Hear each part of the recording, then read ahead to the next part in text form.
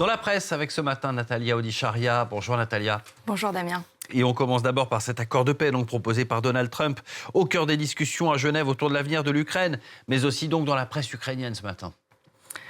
Tout à fait Damien, même si cette nuit Washington a précisé que cet accord de paix devra pleinement respecter la souveraineté ukrainienne, ce plan controversé proposé par Donald Trump, le président américain, avantage la Russie. Dans cet édito du Kyiv Post, journal ukrainien, l'auteur parle de capitulation face à la Russie. L'accord donne à Vladimir Poutine des victoires territoriales qu'il n'a pas pu obtenir sur le terrain, selon l'auteur. L'édito compare même Donald Trump à l'ancien président ukrainien Viktor Yanukovych, qui en 2014 avait tourné le dos à l'Europe au profit de Moscou, et ce qui a débouché à la révolution de Maïdan en Ukraine.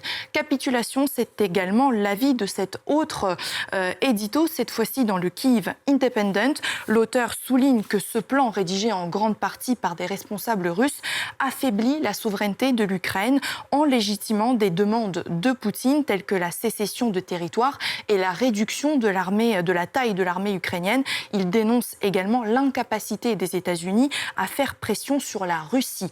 Alors, comment trouver un véritable accord de paix ? Cet édito du New York Times tente d'apporter en tout cas des réponses en recueillant les idées de 7 experts américains, européens et russes qui ont fait des propositions pour mettre fin à la guerre en Ukraine. Je vous cite là un exemple, mettre sur la table un véritable processus de négociation qui fait encore défaut selon cet édito. Selon l'auteur, il faudrait des représentants et des médiateurs expérimentés.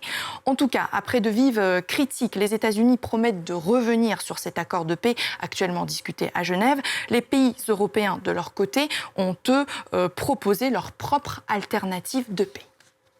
Voilà pour l'Ukraine. En France, cette fois, Natalia, dans la presse, vous allez nous parler d'une enquête sur le milieu périscolaire et de maltraitance révélée par le journal Libération.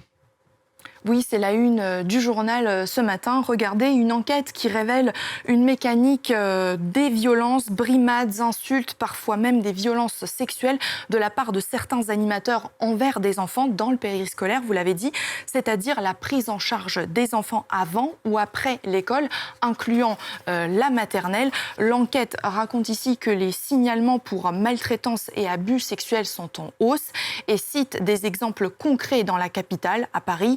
15 enquêtes pour violences sexuelles ont été ouvertes en 2025 et 52 animateurs ont été suspendus pour des faits à caractère sexuel par la mairie sur ces 2 dernières années.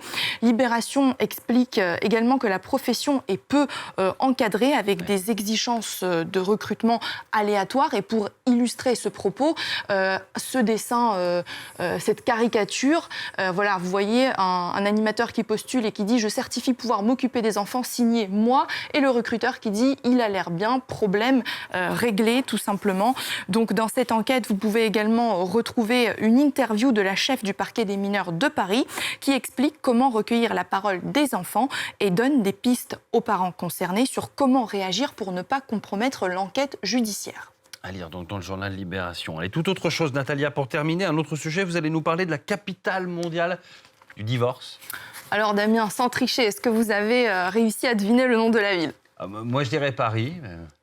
Eh ben non, c'est Londres. C'est dans le Financial Times. C'est une enquête. Il y a écrit Welcome to London, la capitale mondiale du divorce. Donc je vous propose cet article ce matin, une enquête reprise par Le Courrier international. Ce reportage relate l'histoire de certains milliardaires et millionnaires déjà divorcés qui viennent revoir leur jugement de divorce à Londres devant les cours de la capitale anglaise. Alors pourquoi, Damien ? Parce que le système juridique en Angleterre est l'un des plus généreux au monde pour le moins riche des 2 époux, même si celui-ci n'a apporté aucun revenu au foyer durant le mariage.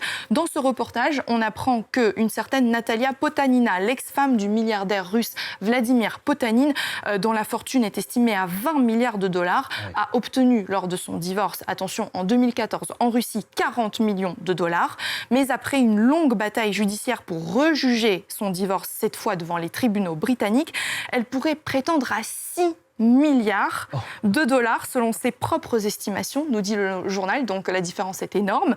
Et cette récente décision ouvre la voie à ce qui pourrait être le divorce le plus faramineux de l'histoire du Royaume-Uni. 6 milliards sur une fortune de 20 milliards, je suis sûr que monsieur s'en remettra. Merci beaucoup Natalia pour cette revue de presse. Tout